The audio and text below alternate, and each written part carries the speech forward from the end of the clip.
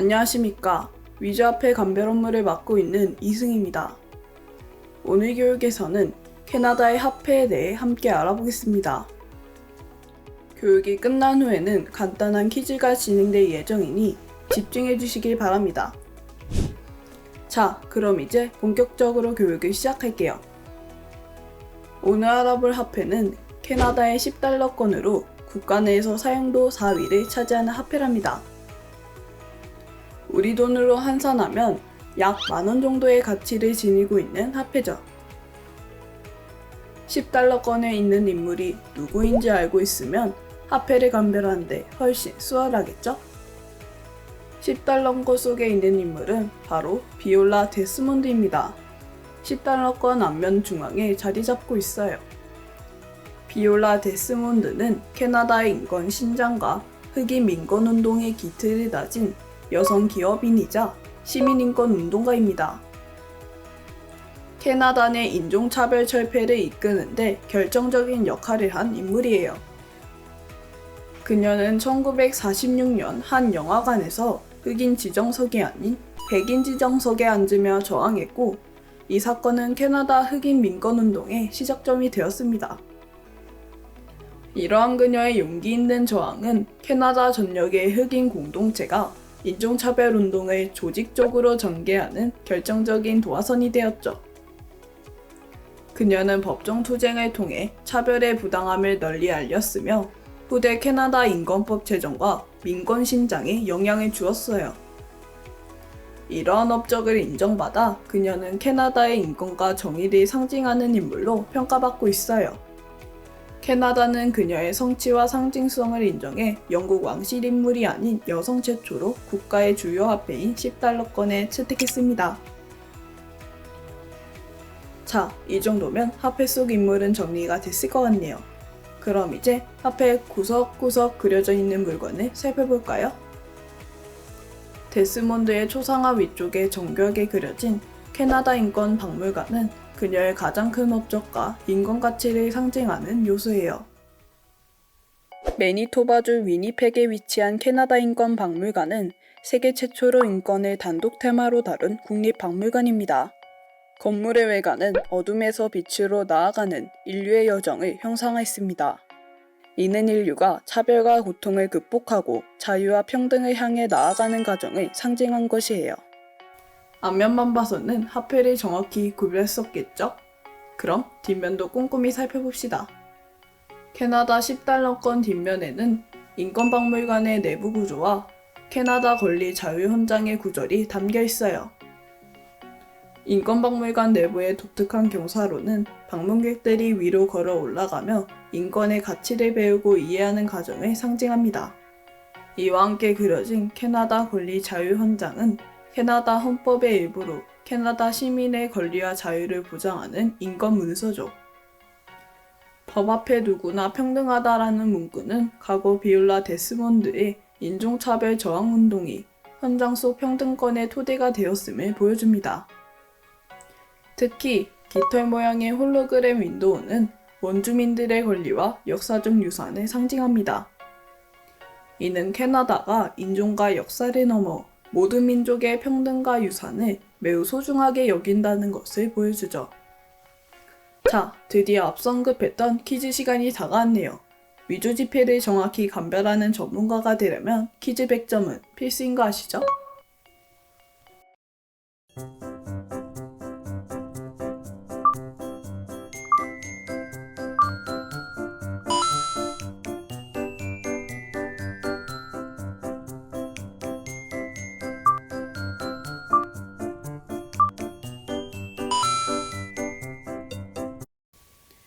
오늘 퀴즈에서 모든 문제를 마치며 100%의 완성도로 마지막 화폐 교육을 성공적으로 마쳤습니다.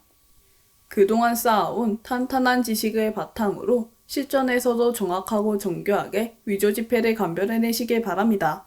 수고 많으셨습니다.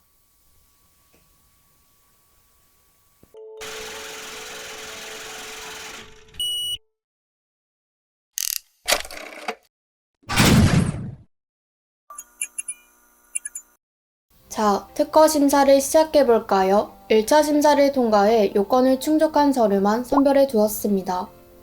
그럼 출원 서류부터 차근차근 검토해 봅시다. 서류를 확인해 보니 발명품의 명칭은 3D 프린터라고 되어 있군요. 우선 이 발명품이 어떤 목적으로 만들어졌는지 알아봐야겠죠. 미국의 한 엔지니어는 시제품을 만들 때마다 재료를 하나씩 직접 깎아야 했고 그 과정에서 매번 많은 시간과 비용을 들여야 했습니다. 이에 재료를 깎는 대신 디지털 설계도에 따라 층층이 쌓아 올려 단시간에 물건을 만드는 장치를 고안하게 되었다네요. 3D 프린터는 디지털 설계도를 덩어리로 깎아내는 대신 재료를 층층이 쌓아 올려 물건을 만드는 입체 제조 장치라고 볼 수 있네요. 그럼 이 장치가 어떻게 디지털 설계도를 실제 입체 물건으로 만들어내는지가 중요하겠군요. 3D 프린팅의 핵심 과정은 크게 모델링, 슬라이싱, 프린팅, 3단계로 구성되어 있습니다. 컴퓨터의 모델링 프로그램은 만들고자 하는 형태를 입체적인 디지털 설계도로 구현합니다. 그리고 슬라이싱 프로그램을 통해 도면을 아주 얇은 단면들로 잘게 쪼개는 거죠. 프린터가 쪼개진 단면도에 맞춰 재료를 한 층씩 쌓아 올려 입체로 만든다고 해요. 우리가 쓰는 물건은 단단한 플라스틱이나 유연한 고무 등 다양한 성질이 섞여 있죠. 그래서 단순히 한 가지 재료만 쌓아 올리는 것만으로는 복잡한 제품을 한 번에 완성하기가 어렵겠네요. 다음 장에 이를 보완할 기술이 적혀 있네요. 바로 보러 갈까요? 이 문제를 보완하는 기술이 바로 다중 노즐 기술입니다. 쉽게 말해 프린터에 여러 개의 노즐을 달아서 단단한 소재와 부드러운 소재를 각각 따로 뿜어내는 방식이네요. 덕분에 번거로운 조립 과정 없이 다양한 성질이 결합한 완성품을 한 번에 찍어내는 것이 가능해진 거죠.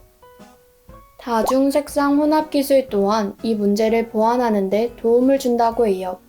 출력 과정에서 여러 색의 재료를 비율에 맞춰 섞어내 밋밋한 단색의 물건을 원하는 색상의 패턴으로 만들어주는 거죠. 이 과정에서 재료들이 엉키지 않도록 미세한 온도 제어나 압출 속도 조절 기술도 함께 사용된다고 해요. 제어 원리는 완벽한데 성질이 전혀 다른 재료들이 출력 과정에서 어떻게 하나로 결합하는지 더 자세히 살펴봐야겠네요. 성질이 전혀 다른 재료들이 고온에서 순식간에 녹아붙는 기술 덕분에 경계선이나 이음새 없이 완벽하게 밀착된 하나의 제품이 탄생하게 되는 거죠.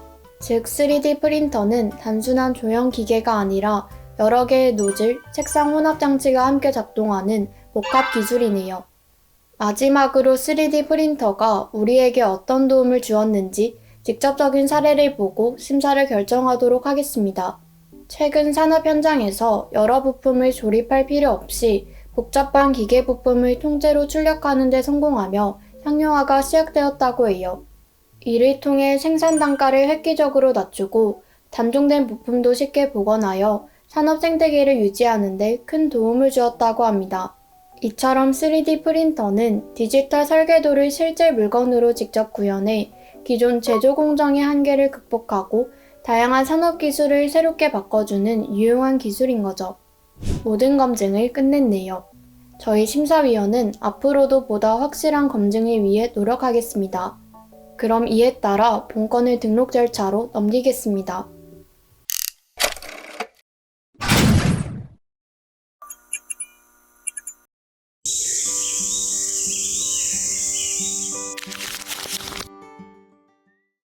네 글자 속에 담긴 한 편의 이야기, 오늘의 사자성어 확인해 볼까요?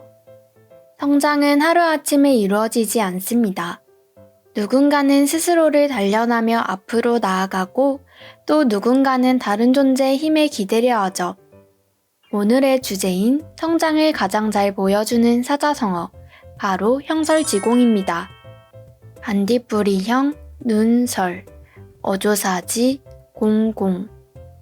어려운 환경에서도 스스로 노력하며 성장한다는 뜻을 가진 사자성어입니다. 그럼 중국 고사를 통해 형설지공에 대해 알아볼까요? 옛날 중국 진나라에는 차윤이라는 사람이 있었습니다. 그는 공부를 정말 좋아했지만 집이 너무 가난해 밤에 켤 등불조차 없었죠. 그러던 어느 여름밤 반딧불이 빛나는 모습을 본 자유는 여러 마리의 반딧불을 잡아 주머니에 담고 그 희미한 빛에 의지해 책을 읽었다고 합니다.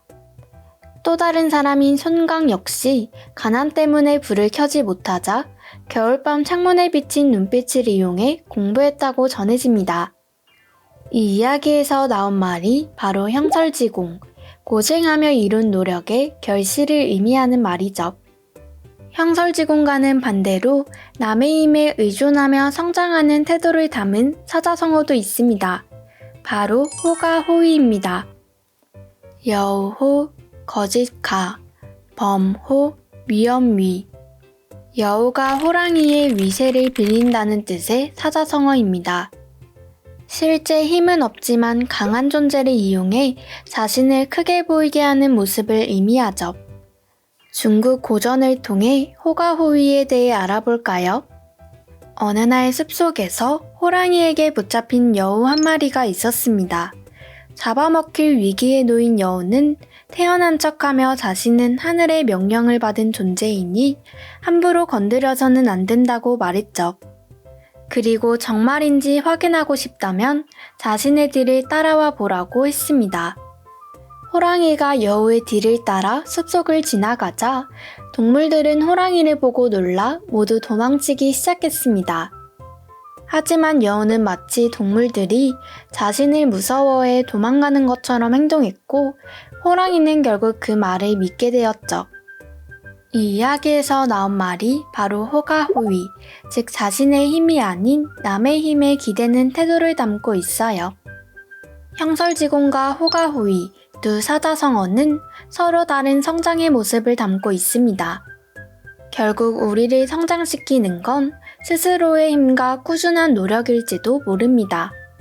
사자성어가 전하는 뜻이 여러분의 마음속에 오래 남길 바라며 지금까지 뜻깊은 이야기로 함께 해주셔서 감사합니다.